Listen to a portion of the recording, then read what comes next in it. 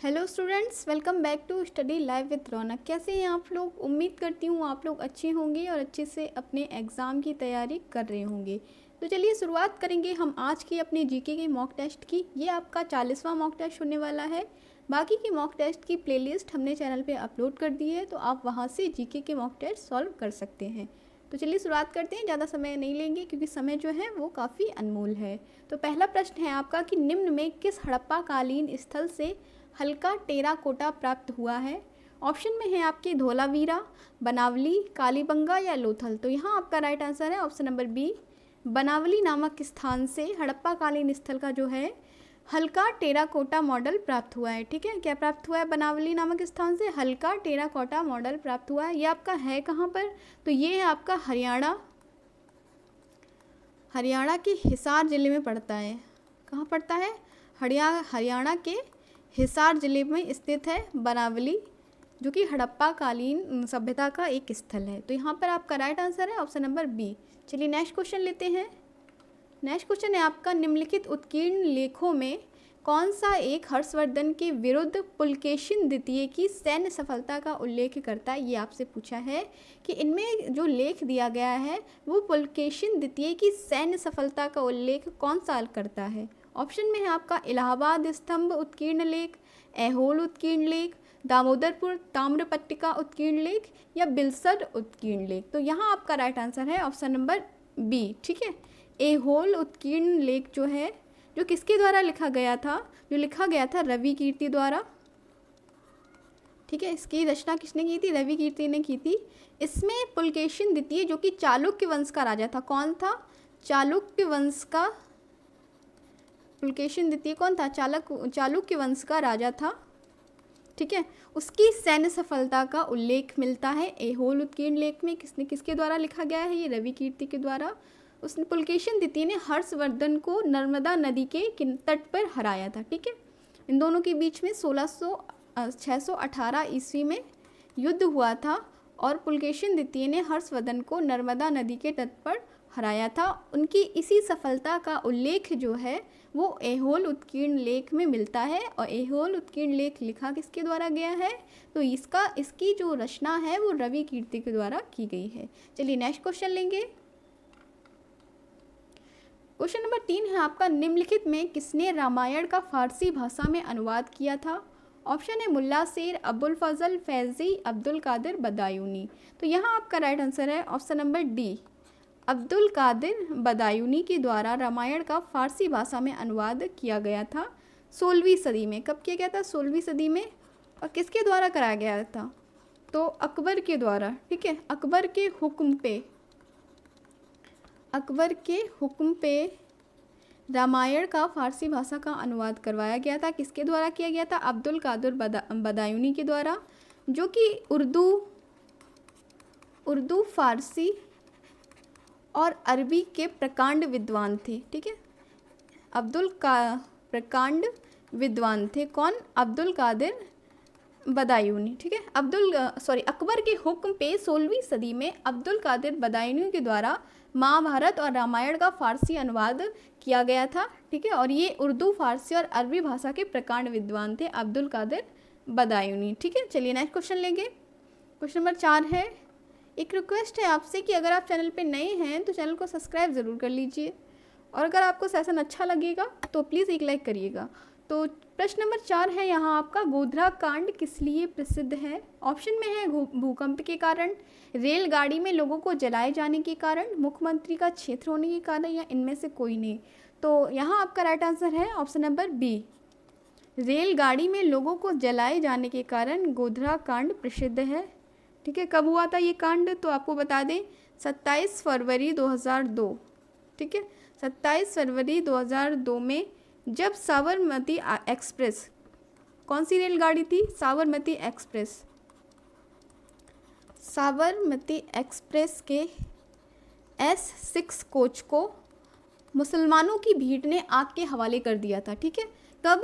27 फरवरी 2002 में साबरमती एक्सप्रेस के S6 coach को मुसलमानों के द्वारा आग के हवाले कर दिया गया था, जिसमें 59 हिंदुओं कार सेवक, कितने? 59 हिंदू कार सेवक जो थे इनकी मृत्यु हो गई थी। और इसी कांड के बाद गुजरात में दंगे भी शुरू हो गए थे। ठीक है, इस कांड के बाद क्या हो गया था, गुजरात दंगों की शुरुआत हो गई थी। हिंदू और मुसलमानों में गुजरात दंगों की शुरुआत हो गई थी इस कांड के बाद ही। ठीक है, तो गोधरा कांड किस लिए प्रसिद्ध है, रेलगाड़ी में लोगों को जलाए जाने के कारण। ये कब हुआ था अगर आपसे पूछा जाए तो ये 27 फरवरी 2002 से साबरमती एक्सप्रेस के S6 कोच में S6 कोच को मुसलमानों की भीड़ को आग के हवाले कर दिया गया था, जिसमें 59 हिंदू कार सेवकों की मृत्यु हो गई थी। ठीक है, चलिए नेक्स्ट क्वेश्चन लेंगे। क्वेश्चन नंबर 5 है आपका, निम्नलिखित में से किसने 1946 के कैबिनेट मिशन का नेतृत्व किया था, ये आपसे पूछ रहे हैं। तो यहाँ राइट आंसर है option number C, sir Pethick Lawrence. Sir Pethick Lawrence जो कि 1946 का जो कैबिनेट मिशन था उसमें मुख्य पद पर थे। इनका पद जो था वो काफ़ी मुख्य था, सर पैथिक लॉरेंस। इन्होंने ही 1946 के कैबिनेट मिशन का नेतृत्व किया था। ठीक है, ऑप्शन नंबर सी यहाँ आपका राइट हो जाएगा। चलिए नेक्स्ट क्वेश्चन लेते हैं। और क्वेश्चन नंबर 6 है आपका कि मैं एक समाजवादी और गणतंत्रवादी हूँ, मुझे राजाओं और राजकुमारों में विश्वास नहीं है। यह वक्तव्य संबंधित है, आपसे ये पूछा जा रहा है कि ये किसने कहा है कि मैं एक समाजवादी हूँ, गणतंत्रवादी हूँ, मुझे राजाओं और राजकुमारों में विश्वास नहीं है। तो ये कहा गया था option number D, Jawaharlal Nehru के द्वारा। ठीक है, किसके द्वारा कहा गया था, जवाहरलाल नेहरू के द्वारा कहा गया था ऐसा। चलिए आगे बढ़ेंगे। क्वेश्चन नंबर 7 लेंगे अपना हम कि निम्नलिखित में से किसने भारतीय राष्ट्रीय कांग्रेस के कराची अधिवेशन की अध्यक्षता की है। ये आपसे पूछा जा रहा है कि भारतीय राष्ट्रीय कांग्रेस का जो कराची में अधिवेशन हुआ था उसकी अध्यक्षता किसके द्वारा की गई थी। ऑप्शन में है आपके जवाहरलाल नेहरू, JN सेनगुप्त, SC बोस या वल्लभ भाई पटेल। तो आपका राइट आंसर है ऑप्शन नंबर डी, वल्लभ भाई पटेल के द्वारा भारतीय राष्ट्रीय कांग्रेस के कराची अधिवेशन की अध्यक्षता की गई, जो कि कब हुआ था, 1931 ईस्वी में हुआ था कराची अधिवेशन। ठीक है, उसकी अध्यक्षता सरदार वल्लभ भाई पटेल के द्वारा की गई थी। चलिए अगला क्वेश्चन लेंगे और क्वेश्चन नंबर 8 हो जाएगा यहाँ पे आपका कि अंग्रेज़ पुलिस अफसर कैप्टन सैंडर्स को किसके द्वारा गोली से मारा गया था। ये आपसे पूछा जा रहा है कि अंग्रेज पुलिस अफसर जो था कैप्टन सैंडर्स, उसको किसने गोली मारी थी। ऑप्शन में है बटुकेश्वर दत्त, राम प्रसाद बिस्मिल, चंद्रशेखर आज़ाद या भगत सिंह। तो यहाँ आपका राइट आंसर है option number D, Bhagat Singh.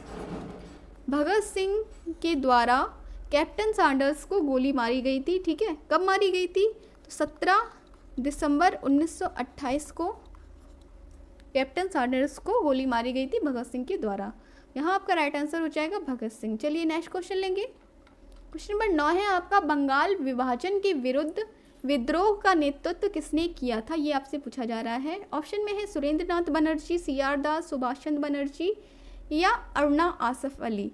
तो आपका राइट आंसर है यहाँ पर ऑप्शन नंबर ए, सुरेंद्रनाथ बनर्जी ने बंगाल विभाजन के विरुद्ध नेतृत्व की शुरुआत की थी। ठीक है, किसने की था नेतृत्व, तो किया था आपका सुरेंद्रनाथ बनर्जी ने। चलिए नेक्स्ट क्वेश्चन लेंगे। क्वेश्चन नंबर 10 हो जाएगा आपका कि भारत में लॉर्ड कर्जन के प्रशासन की तुलना औरंगजेब से किसने की है। ठीक है, किसने लॉर्ड कर्जन के प्रशासन जो था उसकी तुलना औरंगजेब से की है। ऑप्शन में है गोपाल कृष्ण गोखले, एनी बेसेंट, दादा भाई नौरोजी, बाल गंगाधर तिलक। तो यहाँ आपका राइट आंसर हो जाएगा ऑप्शन नंबर ए, गोपाल कृष्ण गोखले। ठीक है, गोपाल कृष्ण गोखले ने लॉर्ड कर्जन के प्रशासन की तुलना औरंगजेब से की थी। ठीक है, इनकी एक सोसाइटी, इन्होंने गोपाल कृष्ण गोखले ने सर्वेंट्स ऑफ इंडिया सोसाइटी की स्थापना की थी। ठीक है, इसने की सर्वेंट्स ऑफ इंडिया सोसाइटी की स्थापना की थी गोपाल कृष्ण गोखले ने। ये महात्मा गांधी के राजनीतिक गुरु भी थे। महात्मा गांधी के राजनीतिक गुरु गोपाल कृष्ण गोखले। ठीक है, नेक्स्ट क्वेश्चन लेंगे और क्वेश्चन नंबर 11 है आपका, निम्नलिखित में से वह संवैधानिक दस्तावेज कौन सा है जिसका भारतीय संविधान तैयार करने में गहरा प्रभाव पड़ा है। तो ये है आपका भारत सरकार अधिनियम 1935। ठीक है, भारत सरकार अधिनियम 1935 का संविधान तैयार करने में गहरा प्रभाव है, क्योंकि बहुत सारी बातें ऐसी हैं जो भारत सरकार अधिनियम 1935 से ली गई हैं। ठीक है, हमारे संविधान का कई सारे ऐसे चीज़ें हैं जो भारत सरकार अधिनियम 1935 से ली गई हैं और साथ ही कई देशों के संविधान से कुछ चीज़ें लेके तब हमारे देश के संविधान का निर्माण हुआ है। चलिए नेक्स्ट क्वेश्चन लेंगे। क्वेश्चन नंबर 12 है आपका कि स्वतंत्र भारत की प्रथम मंत्रिपरिषद में शामिल एकमात्र महिला कौन थी? गुलजारी लाल नंदा, विजयलक्ष्मी पंडित, सुचेता कृपलानी, राजकुमारी अमृत कौर। तो यहाँ आपका राइट आंसर है ऑप्शन नंबर डी, राजकुमारी अमृत कौर जो थी वो 15 अगस्त 1947 में जब प्रधानमंत्री बने थे जवाहरलाल नेहरू, उस समय की कैबिनेट मंत्री थी। ठीक है, जवाहरलाल नेहरू की कैबिनेट मंत्रिमंडल में शामिल थी राजकुमारी अमृत कौर। ठीक है, कैबिनेट मंत्री थी। और इन्होंने कौन सा पद संभाला था? तो इन्होंने उस समय स्वास्थ्य मंत्री का पद संभाला था राजकुमारी अमृत कौर ने। ठीक है, कब किसका पद संभाला था? स्वास्थ्य मंत्री, कैबिनेट मंत्री में शामिल थी और उसमें कौन सा पद मिला था इन्हें? स्वास्थ्य मंत्री का, जो कि एकमात्र महिला थी स्वतंत्र भारत के प्रथम मंत्रिपरिषद की, राजकुमारी अमृत कौर। चलिए नेक्स्ट क्वेश्चन लेते हैं। और नेक्स्ट क्वेश्चन है आपका, संविधान सभा में किस देशी रियासत के प्रतिनिधि ने भाग नहीं लिया था? ऑप्शन में है हैदराबाद, बंगाल, कश्मीर या मैसूर। तो यहाँ आपका राइट आंसर है ऑप्शन नंबर ए, हैदराबाद मात्र एक ऐसी रियासत थी जिसने संविधान सभा में भाग नहीं लिया था और अन्य सभी लोगों ने संविधान सभा में अपने प्रतिनिधि भेजे थे, बट हैदराबाद ने नहीं भेजे थे। और बाद में हैदराबाद को ऑपरेशन पोलो के तहत भारतीय संघ में शामिल किया गया। ठीक है, किसके तहत? बाद में ऑपरेशन पोलो के तहत इसे भारतीय संघ में शामिल किया गया। किसे? हैदराबाद को। ठीक है, चलिए नेक्स्ट क्वेश्चन लेते हैं। क्वेश्चन नंबर 14 होगा अब आपका कि भारत के किस मुख्य न्यायाधीश ने कुछ समय के लिए भारत के राष्ट्रपति के पद पर कार्य किया है? ऑप्शन में है न्यायमूर्ति राजेंद्र गढ़कर, न्यायमूर्ति एच कनिया, न्यायमूर्ति एम हिदायतुल्ला या न्यायमूर्ति पी.एन. भगवती। तो यहाँ आपका राइट आंसर है ऑप्शन नंबर सी, न्यायमूर्ति एम हिदायतुल्ला ने भारत के कार्यवाहक राष्ट्रपति के रूप में कार्य किया है। ये 11वें मुख्य न्यायाधीश थे, 11वें मुख्य न्यायाधीश थे भारत के। ठीक है, और इन्होंने, आपको बता दें, कब से कब तक किया था? तो इन्होंने 20 जुलाई 1969 से 4 अगस्त 1969 तक राष्ट्रपति, कार्यवाहक राष्ट्रपति बने थे। और फिर दोबारा ये बने थे 6 अक्टूबर 1982 से 31 अक्टूबर 1982 तक। ठीक है, इन्होंने 2 बार भारत के कार्यवाहक राष्ट्रपति का पद संभाला है। कौन है ये? न्यायमूर्ति एम हिदायतुल्ला, जो कि 11वें मुख्य न्यायाधीश थी। ठीक है, तो यहाँ आपका राइट आंसर है ऑप्शन नंबर सी। चलिए नेक्स्ट क्वेश्चन लेंगे और क्वेश्चन नंबर 15 हो जाएगा यहाँ पे आपका कि राज्यसभा की प्रथम महिला सचिव कौन थी? ये आपसे पूछा जा रहा है कि राज्यसभा की प्रथम महिला सचिव कौन थी। ऑप्शन में है मंजीत वालिया, के गीता, नजमा हेपतुल्ला या वी.एस. रमा देवी। तो यहाँ आपका राइट आंसर है VS. Rama Devi. Option number D आपका राइट हो जाएगा। राज्यसभा की प्रथम महिला महासचिव वी.एस. रमा देवी थी। इन्होंने 1993 से जुलाई 1993 से 27 सितंबर 1997 तक राज्यसभा का महासचिव का पद संभाला था। ठीक है, कब से कब तक? जुलाई 1993 से 27 सितंबर 1997 से राज्यसभा की प्रथम महिला सचिव का पद संभाला था। और एक चीज़ और है कि ये कर्नाटक की राज्यपाल भी रह चुकी हैं। कर्नाटक की राज्यपाल का पद भी इन्होंने संभाला है। किसने? वी.एस. रमा देवी ने। ये एकमात्र महिला है प्रथम जो राज्यसभा की प्रथम महिला महासचिव बनी थी। चलिए नेक्स्ट क्वेश्चन लेंगे और नेक्स्ट क्वेश्चन है आपका, भारतीय संविधान में समवर्ती सूची किसके संविधान से ली गई है? तो ये ली गई है आपका ऑप्शन नंबर बी, ऑस्ट्रेलिया के संविधान से ली गई है आपकी समवर्ती सूची। ठीक है, किसके संविधान से? ऑस्ट्रेलिया के संविधान से ली गई है आपकी समवर्ती सूची। चलिए नेक्स्ट क्वेश्चन लेंगे और क्वेश्चन नंबर 17 है यहाँ आपका, प्रधानमंत्री पद से त्यागपत्र देने वाले प्रथम व्यक्ति कौन बने हैं? ऑप्शन में है मोरारजी देसाई, चौधरी चरण सिंह, जवाहरलाल नेहरू या इंदिरा गांधी। तो यहाँ आपका राइट आंसर हो जाएगा ऑप्शन नंबर ए, मोरारजी देसाई ऐसे व्यक्ति हैं जो प्रधानमंत्री के पद पर से त्यागपत्र देने वाले प्रथम व्यक्ति बने हैं। ठीक है, सबसे पहले अगर पूछा जाए कि प्रधानमंत्री पद से त्यागपत्र देने वाले व्यक्ति कौन है, तो वो हैं आपके मोरारजी देसाई जी। चलिए नेक्स्ट क्वेश्चन लेंगे और क्वेश्चन नंबर 18 है यहाँ आपका, झारखंड राज्य का गठन कब हुआ? तो ये हुआ है आपका ऑप्शन नंबर बी, यहाँ आपका राइट आंसर हो जाएगा 15 नवंबर 2000 को झारखंड राज्य का गठन किया गया है। ये बिहार के 18 जिलों बिहार के 18 जिलों को मिलाकर बना गया था एक नया राज्य। बिहार के 18 जिलों को मिलाकर बनाया गया था, ठीक है। कितने? बिहार के 18 जिलों को मिलाकर बनाया गया था झारखंड राज्य। कब बनाया गया था? तो 15 नवंबर 2000 को। चलिए नेक्स्ट क्वेश्चन है कि भारतीय संविधान के अनुच्छेद 25 का संबंध किससे है? ऑप्शन में है समानता के अधिकार, संपत्ति का अधिकार, धर्म की स्वतंत्रता से, इनमें से कोई नहीं। तो यहाँ आपका राइट आंसर अनुच्छेद 25 जो है वो धर्म की स्वतंत्रता से संबंधित है। कहाँ किससे संबंधित है? धर्म की स्वतंत्रता से संबंधित है अनुच्छेद 25। अगला क्वेश्चन लेंगे, क्वेश्चन नंबर 20 हो जाएगा यहाँ पे कि भारत के संविधान का निम्नलिखित में कौन सा अनुच्छेद प्रेस की स्वतंत्रता प्रदान करता है? तो ऑप्शन में अनुच्छेद 19 है आपका, अनुच्छेद 21 है, अनुच्छेद 24 है, अनुच्छेद 18 है। तो ये प्रेस की स्वतंत्रता जो प्रदान करता है वो अनुच्छेद 19 है आपका। अनुच्छेद 19 आपको प्रेस की स्वतंत्रता प्रदान करता है, वाक्य एवं अभिव्यक्ति की स्वतंत्रता प्रदान करता है। चलिए नेक्स्ट क्वेश्चन है, क्वेश्चन नंबर 21 है पोटेशियम की खोज किसने की थी? यहाँ से आपके साइंस के क्वेश्चन स्टार्ट हैं कुछ कि पोटेशियम की खोज किसने की थी? तो Humphry Davy, Alan Turing, Bill Gates, Tim Berner. तो यहाँ आपका राइट आंसर है option number A, Humphry Davy, ठीक है। हम्फ्री डेवी ने की थी खोज पोटेशियम की। और पोटेशियम को प्रदर्शित किससे करते हैं? तो के से प्रदर्शित करते हैं, ठीक है, प्रदर्शित करते हैं के से। चलिए नेक्स्ट क्वेश्चन लेंगे, क्वेश्चन नंबर 22 हो जाएगा यहाँ पे आपका कि नाभिकीय रिएक्टर में ईंधन के रूप में क्या कार्य करता है? कोयला, यूरेनियम, रेडियम या डीजल, ठीक है। तो नाभिकीय रिएक्टर में ईंधन के रूप में यूरेनियम कार्य करता है। और नाभिकीय रिएक्टर का कार्य क्या होता है? तो नाभिकीय रिएक्टर का कार्य होता है विद्युत ऊर्जा उत्पन्न करना, ठीक है। इसका कार्य होता है विद्युत ऊर्जा उत्पन्न करना, इसका काम होता है।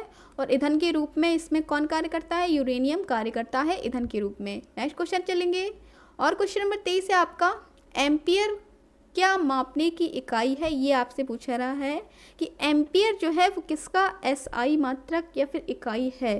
तो ये है आपका विद्युत धारा। ऑप्शन नंबर बी आपका राइट है, विद्युत धारा मापने की इकाई होती है एम्पियर। एम्पियर से क्या मापा जाता है? विद्युत धारा। चलिए नेक्स्ट क्वेश्चन लेंगे, और क्वेश्चन नंबर 24 हो जाएगा यहाँ पे आपका डायोप्टर किसकी इकाई है? ये आपसे पूछा जा रहा है कि डायोप्टर किसकी इकाई है। तो ये हो जाएगा आपका डायोप्टर जो होती है वो लेंस की क्षमता नापने की इकाई होती है। किसकी? लेंस की क्षमता नापने की। और इसे डी से प्रदर्शित करते हैं। किससे प्रदर्शित करते हैं? इसे डी से प्रदर्शित करते हैं।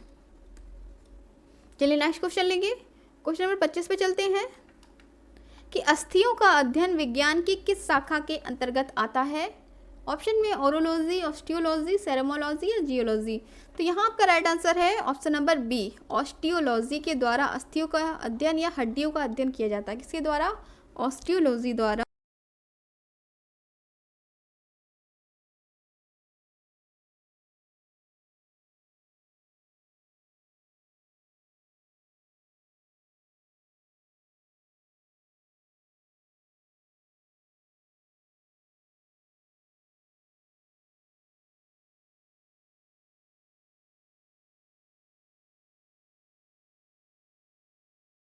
पेशेंट के समय निकलने क्या नाम है? ये आपसे पूछा जा रहा है।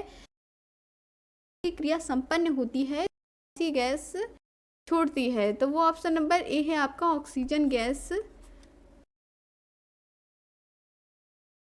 ऑक्सीजन गैस निकलती है, ठीक है। ये है आपका कार्बन डाइऑक्साइड।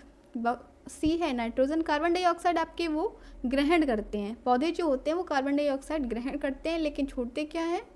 ऑक्सीजन। चलिए नेक्स्ट क्वेश्चन है आपका, नेक्स्ट क्वेश्चन आपसे पूछा जा रहा है वाष्पोत्सर्जन मापी यंत्र क्या है? तो वाष्पोत्सर्जन मापी यंत्र होता है आपका पोटोमीटर। ऑप्शन नंबर सी आपका राइट हो जाएगा, पोटोमीटर वाष्पोत्सर्जन मापी यंत्र है। चलिए नेक्स्ट क्वेश्चन लेंगे, क्वेश्चन नंबर 28 हो जाए आपका आम का वानस्पतिक नाम आपसे पूछा जा रहा है कि आम का वैज्ञानिक नाम या वानस्पतिक नाम क्या है? तो ये होता है मेजीफेरा इंडिका। ऑप्शन नंबर सी आपका राइट है, मेजीफेरा इंडिका आम का वैज्ञानिक नाम है। डोकस कैरोटा होता है आपका गाजर का, और मूसा सेपेटियम होता है केला का, ठीक है। चलिए आगे बढ़ेंगे, क्वेश्चन नंबर 29 पे चलते हैं। संसार में सबसे छोटा पुष्प आपसे पूछा जा रहा है। तो संसार का सबसे छोटा तो होता है वुल्फिया, ठीक है। संसार का सबसे छोटा पुष्प होता है वुल्फिया। अगर आपसे सबसे बड़े की बात करें तो वो होता है आपका रफलेशिया। सबसे बड़ा है आपका रफलेशिया, सबसे छोटा है वुल्फिया। चलिए आगे बढ़ेंगे। क्वेश्चन नंबर 29-30 है आपका, ये उत्तर प्रदेश में चकबंदी कार्यक्रम कब प्रारंभ की गई? तो यहाँ आपकी ऑप्शन है 1950, 1954, 1987 और 1965। तो आपका राइट आंसर हो जाएगा ऑप्शन नंबर बी, जो आपको नज़र आ रहा है 1954। ठीक है, उत्तर प्रदेश में चकबंदी कार्यक्रम जो है वो 1954 में मुजफ्फरनगर जिले की तहसील जो है, जिले की कैराना तहसील से सुल्तानपुर की मोहम्मद खाना तहसील से स्टार्ट हुआ था। ठीक है, मोहम्मद खाना तहसील से चकबंदी कार्यक्रम जो है उसकी शुरुआत हुई थी 1954 में। ठीक है, उत्तर प्रदेश में। चलिए नेक्स्ट क्वेश्चन लेंगे। क्वेश्चन नंबर 31 है आपका, कन्हार सिंचाई परियोजना किस जनपद में स्थित है? ऑप्शन में मिर्ज़ापुर, सोनभद्र, गाजीपुर या भदोही। तो यहाँ आपका राइट आंसर हो जाएगा ऑप्शन नंबर बी, सोनभद्र में स्थित है आपकी कन्हार सिंचाई परियोजना। ठीक है, कहाँ पे स्थित है? उत्तर प्रदेश के सोनभद्र में पड़ती है। अगला क्वेश्चन लेंगे, और अगर आपको सेशन पसंद आ रहा हो तो प्लीज़ एक लाइक ज़रूर करिए, चैनल को सब्सक्राइब कर लीजिए। यहाँ आपको जीके के बहुत ही अच्छे मॉक टेस्ट प्रोवाइड कराए जाएंगे और विभिन्न टॉपिकों में भी छोटे छोटे शॉर्ट नोट्स आपको मिलते रहेंगे। तो 32 नंबर क्वेश्चन है, चंबल नदी राज्य के किस जनपद के पास यमुना से मिल जाती है? तो ये मिल जाती है आपके इटावा में। ठीक है, इटावा में चंबल नदी जो है वो यमुना से मिल जाती है। चलिए नेक्स्ट क्वेश्चन है, क्वेश्चन नंबर 33 है, कौन सा जनपद राप्ती नदी के किनारे स्थित है? आजमगढ़, मऊ, गोरखपुर या बलिया। तो ये आपका है गोरखपुर जो है वो आपका राप्ती नदी के किनारे स्थित है। ठीक है, गोरखपुर राप्ती नदी किनारे स्थित है। अगला क्वेश्चन है आपका, उत्तर प्रदेश के कितने ज़िले बिहार के साथ सीमावर्ती हैं? मतलब बिहार के साथ सीमावर्ती का मतलब है बिहार के साथ सीमा साझा करते हैं उत्तर प्रदेश के कितने ज़िले? तो यहाँ आपका राइट आंसर है ऑप्शन नंबर बी, 7 जिले जो हैं उत्तर प्रदेश के। कितने? 7 जिले। वो 7 जिले हैं कौन कौन से? तो एक है आपका सोनभद्र, एक है आपका चंदौली, सोनभद्र हो गया, चंदौली हो गया, एक है आपका गाजीपुर, बलिया है एक आपका, ठीक है, एक आपका कुशीनगर, महाराजगंज,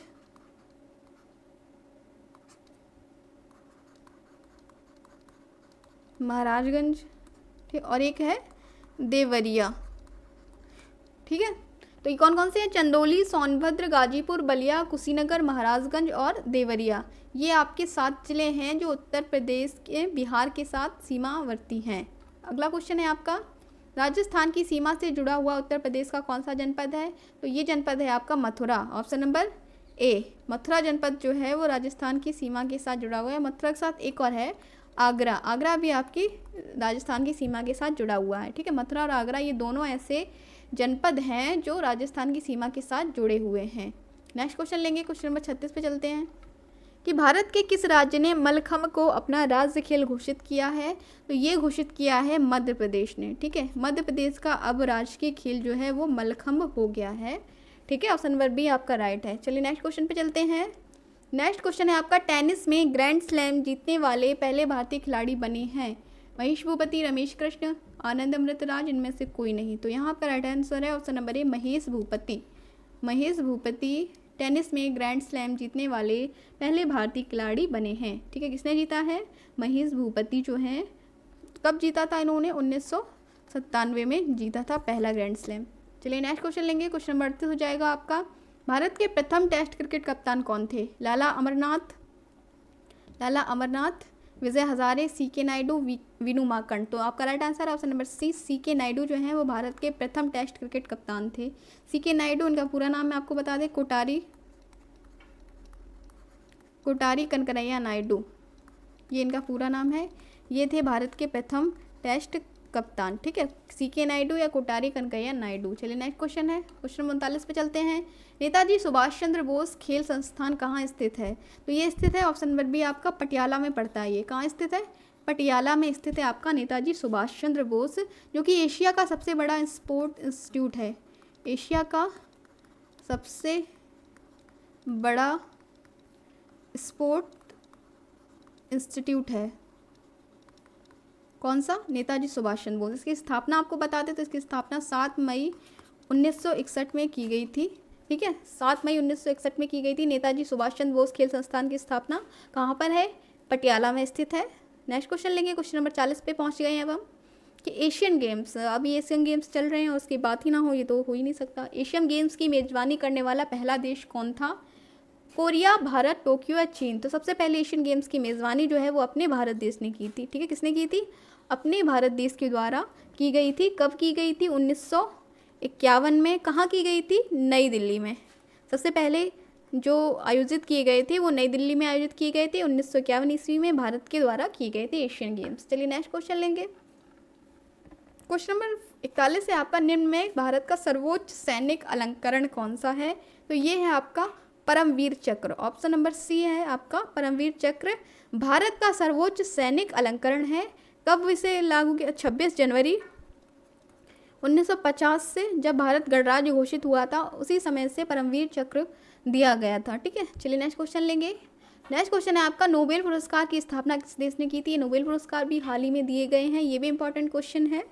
ठीक है, इंपॉर्टेंट क्वेश्चन है, तो इससे जितनी भी सवाल हैं वो सब देख लीजिएगा। एक वीडियो इस पर डाली गई है तो आप वो भी देख सकते हैं, 2023 की करंट अफेयर की नोबेल पुरस्कार की। तो नोबेल पुरस्कार की शुरुआत स्वीडन के द्वारा की गई थी। ठीक है, किस देश के द्वारा? अल्फ्रेड नोबेल की स्मृति में दी जाते हैं स्वीडन में। ठीक है, अल्फ्रेड नोबेल जो कि स्वीडन के वैज्ञानिक थे, उनकी याद में दी जाते हैं नोबेल पुरस्कार। कब शुरुआत की गई थी? 1901 में। 1901 में पहली बार नोबेल पुरस्कार दिए गए थे। चलिए नेक्स्ट क्वेश्चन लेंगे, क्वेश्चन नंबर 43 हो जाएगा। रोमांसिंग विद लाइफ पुस्तक के लेखक आपसे पूछे जा रहे हैं। ऑप्शन में है कपिल देव, शशि थरूर, बिल क्लिंटन, देवानंद। तो ये रोमांसिंग विद लाइफ जो है ये आपकी देवानंद की पुस्तक है। ठीक है, किसकी? देवानंद द्वारा लिखी गई है romancing with life. Next question है आपका कि वॉर एंड पीस पुस्तक के लेखक आपसे पूछा जा रहा है कि वॉर एंड पीस पुस्तक के लेखक कौन है? तो ये हैं आपके लियो टॉल्स्टॉय। ऑप्शन नंबर ए आपका राइट हो जाएगा। वॉर एंड पीस पुस्तक के लेखक हैं लियो टॉल्स्टॉय। ठीक है, ये उपन्यास है, कब? 1869 में प्रकाशित हुआ था ये उपन्यास, लियो टॉल्स्टॉय द्वारा रचित है। ठीक है, वॉर एंड पीस। चलिए नेक्स्ट क्वेश्चन लेंगे, क्वेश्चन नंबर 45 है, महाभारत में फारसी अनुवाद का शीर्षक आपसे पूछा जा रहा है। तो ऑप्शन नंबर ए आपका यहाँ पे राइट हो जाएगा, रज़्मनामा। रज़्मनामा जो है वो महाभारत का फारसी अनुवाद का शीर्षक है, जिसमें रज़्म का अर्थ होता है, रज़्म का अर्थ है युद्ध और नामा का अर्थ होता है फारसी भाषा में कहानी, यानी युद्ध की कहानी, जो कि महाभारत का फारसी अनुवाद है रज़्मनामा। किसके द्वारा लिखा गया है? तो ये लिखा गया है अब्दुल कादिर बदायूनी जो थे, अब्दुल कादिर बदायूनी के द्वारा इसका फारसी भाषा में अनुवाद किया गया है और अकबर के कहने पे किया गया था। ठीक है, किसके कहने पे? अकबर के हुक्म पर। चलिए नेक्स्ट क्वेश्चन लेंगे, क्वेश्चन नंबर 46 हो जाएगा यहाँ आपका कि प्रसिद्ध ग्रंथ लीलावती प्राचीन भारत के किस विषय से संबंधित है? ये आपसे पूछा जा रहा है। ऑप्शन में है दर्शन, गणित, रसायन या चिकित्सा। तो यहाँ आपका राइट आंसर हो जाएगा ऑप्शन नंबर बी, गणित। लीलावती ग्रंथ जो है वो गणित, किसके द्वारा लिखी गई है लीलावती? तो भास्कर द्वितीय जो कि एक गणितज्ञ थे, भास्कर द्वितीय के द्वारा लिखी गई है लीलावती। और किस विषय से संबंधित है? तो ये आपकी गणित विषय से ही संबंधित है, संस्कृत में रचित है। लीलावती जो है वो संस्कृत में रचित है, गणित विषय से संबंधित है। किसके द्वारा लिखी गई है? भास्कर द्वितीय के द्वारा लिखी गई है। नेक्स्ट क्वेश्चन है, क्वेश्चन नंबर 47 है कि हाल ही में आयोजित हुए एशियन गेम्स 2023 में भारत ने कुल कितने पदक जीत लिए हैं? तो इस बार भारत ने 107 पदक जीते हैं। कितने? 107 पदक जीते हैं भारत ने एशियन गेम्स में कुल। चलिए नेक्स्ट क्वेश्चन लेंगे, नेक्स्ट क्वेश्चन है आपका, नरगिस मोहम्मदी को शांति के क्षेत्र में वर्ष 2023 का नोबेल पुरस्कार मिला है। जो ये सम्मान पाने वाली अब तक की कौन सी महिला है? ये आपसे पूछा जा रहा है। तो ये है अब तक की 19वीं महिला। ऑप्शन नंबर डी आपका राइट है, नरगिस मोहम्मदी जो कि ईरान की हैं, इन्हें मिला है शांति के क्षेत्र में वर्ष 2023 का नोबेल पुरस्कार। ये 19वीं महिला बनी है अब तक नोबेल पुरस्कार पाने वाली। ठीक है, चलिए नेक्स्ट क्वेश्चन लेंगे, क्वेश्चन नंबर 49 है आपका, प्रतिवर्ष किस तारीख को विश्व कपास दिवस मनाया जाता है? ऑप्शन में है 5 अक्टूबर, 7 अक्टूबर, 8 अक्टूबर या 10 अक्टूबर। तो अभी हाल ही में मनाया गया है 7 अक्टूबर को। ठीक है, 7 अक्टूबर को विश्व कपास दिवस मनाया जाता है। नेक्स्ट क्वेश्चन लेंगे, क्वेश्चन नंबर 50 हो जाएगा आपका। यहाँ पे आखिरी क्वेश्चन है कौन व्यक्ति हाल ही में रिलायंस रिटेल जियो मार्ट के नए ब्रांड एम्बेसडर बने हैं? विराट कोहली, MS धोनी, आमिर खान या अनुपम खेर? तो यहाँ आपका राइट आंसर है option number B, MS Dhoni. MS Dhoni को हाल ही में रिलायंस रिटेल के जियो मार्ट के ब्रांड एम्बेसडर के रूप में नियुक्त किया गया है। किसे? MS धोनी को। तो यहाँ आपके पूरे 50 क्वेश्चन समाप्त होते हैं। एक ये क्वेश्चन है, 8 अक्टूबर 2023 को भारतीय वायुसेना ने अपना कौन सा स्थापना दिवस मनाया है? इसका आंसर आपको कमेंट करना है, ठीक है। कमेंट सेक्शन में इसका जवाब आपको देना है। ये करंट का क्वेश्चन है, तो अपने करंट की नॉलेज को बढ़ाने के लिए आप इसका आंसर आपको देना है कि भारतीय वायुसेना 8 अक्टूबर को भारतीय वायुसेना दिवस मनाया जाता है, तो 8 अक्टूबर 2023 को भारतीय वायुसेना ने अपना कौन सा स्थापना दिवस मनाया है, ये आपको आंसर करना है, ठीक है। कमेंट आंसर करिएगा। तो फ्रेंड्स, ये थे आज के आपके 50 महत्वपूर्ण प्रश्नों को। तो एक रिक्वेस्ट है आपसे, वीडियो को पूरा देखा कीजिए, क्योंकि अब समय नहीं है एक भी क्वेश्चन छोड़ने का। समय जो है वो पेपर का नज़दीक आ गया है, बिल्कुल परीक्षा का समय बिल्कुल नज़दीक है। तो फिर वीडियो को पूरा देखिए कीजिए, क्योंकि सभी क्वेश्चन हैं वो बहुत ही इंपॉर्टेंट होते हैं, ठीक है। और अगर आप चैनल पे नए हैं तो चैनल को सब्सक्राइब ज़रूर कर लीजिए, क्योंकि हम इस चैनल पे ऐसे ही जीके के मॉक टेस्ट प्रोवाइड कराए जाएंगे अच्छे सभी एग्ज़ाम से संबंधित। तो फिर मिलते हैं कल एक नए मॉक टेस्ट के साथ। ऑल द बेस्ट, अपनी तैयारी को ऐसे ही करते रहिए। नमस्कार, take care and good bye.